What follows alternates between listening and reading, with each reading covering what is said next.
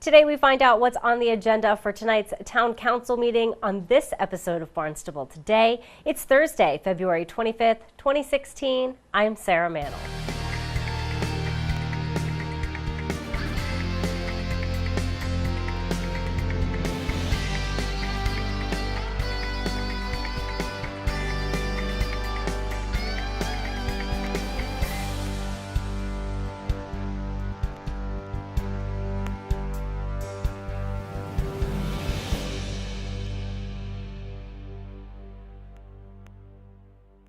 Not a huge agenda, but a number of things to cover for tonight's meeting. Tell me a little bit about what we can expect.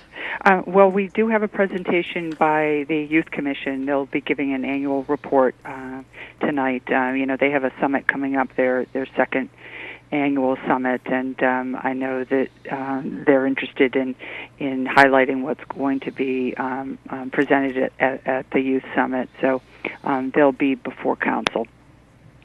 Wonderful. Their chairman, Brendan Clark, will be presenting for the Youth Commission. Great. And they do such a wonderful job, such great work of the Youth Commission, and looking forward to that summit. They're holding it, I think, this year at Cape Cod Community College. It's going to be a great thing for those young folks. That's great. And then that's the only presentation, then moving right into orders of the day. That's right. Under old business, we have an amendment to the administrative code, and that's with regard to the Council on Aging. Right now, their current membership is 13, and they're having difficulty attaining a quorum, so they're requesting that be reduced to 9 members. And alternate and associate positions will remain. So they think with the 9 members, which they don't have a problem getting the 9, it's those other 4 that they have a problem with. So we certainly appreciate the time that the volunteers put in on these boards. So certainly I think this will be a no-brainer as far as the council is concerned. Absolutely, and certainly frustrating for members of the board, when you do make the effort to come to a meeting and you really can't do any business because there isn't a quorum. So important to be able to say, okay, we can reduce our size and then we can get our business done. That's right. People travel, but also this board, too, has a fair amount of seniors, and health issues arise and whatnot. So we certainly want to oblige their request. Of course. And then moving on, a request for some funding to preserve an absolutely fabulous historical building in Barnstable Village. The old Colonial Courthouse on Route 6A, yes. It's at the intersection of 6A and Rendezvous Lane in Barnstable, and they've come before the Community Preservation Committee, and that's why we see it on our agenda. They're requesting $85,000 from the Community Preservation Fund for the preservation.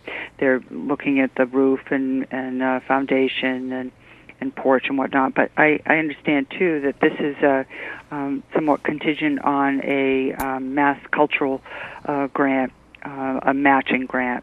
So I'm hoping that they'll secure that grant as well. So wonderful, and there will be a public hearing on that tonight too. Yes. Great. And then we were talking about signs of spring, and certainly thinking about the summer, thinking about the shanties down at Bismore Park. The next appropriation order has to do with some repairs to the boardwalk there at Bismore Park. Yeah, they want to. There's some safety issues there with regards to the boardwalk itself, and we'll do some shoring up of the shanty shacks, if you will, that before we know it, it's going to be May 13th, and that's the opening date of the shanty season. So, wow. The DPW wants to get these, and Structures and Grounds want to get these addressed, these maintenance issues before that time. Without a doubt. And this would be coming out of the special revenue fund, which is generated from the parking meter receipts.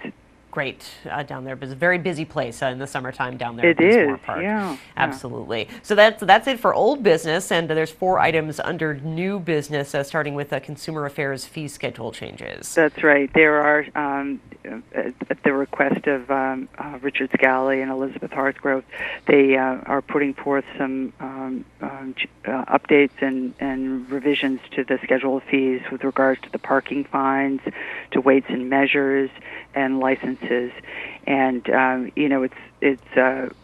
there is in some cases already a current fee in place, and they want to do an increase on those. And there's some where there is zero existing fees, and there's a proposal to install a fee. So this is, the council has over the past years and the last fee schedule was changed in 2012, and before that in 2010. We want to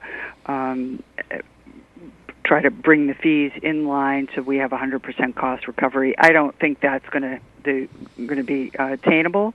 In some cases, it's not possible, but these proposed fees are bringing me closer to achieving the council goal of 100% cost recovery. Wonderful. And then next, this is really exciting for dog owners like myself. I know the Yarmouth recently completed their dog park, so super popular over there.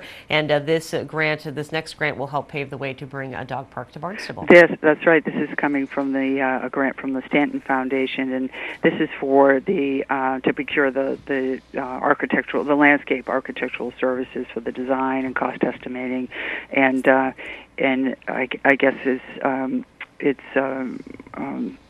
expected that once those designs are put in place, or come forward, the Stanton Foundation will do a subsequent grant for actual construction of the dog park. So this was brought forward by some residents, and we always like to see resident-initiated projects like this.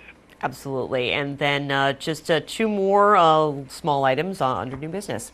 Yeah, one very important for the council is approving the appointment of the town council administrative assistant, Kelly Crahan, her name is. And for the past almost 2 years, our administrative assistant, or administrator to the town council, Cynthia Lovell, has been working alone, and she's just recently hired this girl, so she'll be coming in at part-time, 16 hours a week, helping out in the office.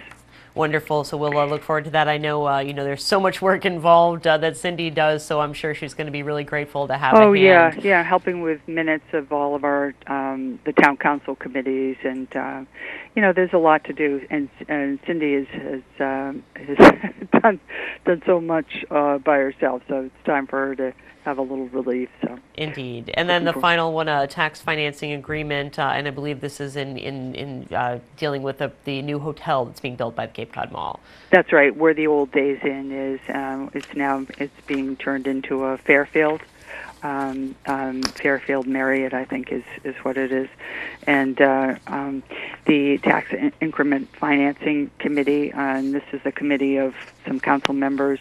This is what it does is exempts a percentage of the increase in valuation and resulting from the new investment in the community, and this is done with the assistance, and it has to be approved by the state's Economic Assistance Coordinating Council, or they call it the EACC. So what it does is the town agrees to forego the collection of certain amount of tax gain, and in return for the creation of year-round jobs, skilled and some unskilled jobs, and investment into the building. I think they're investing, close to $18 million in the infrastructure. So definitely an improvement in the way it looks over there, for sure.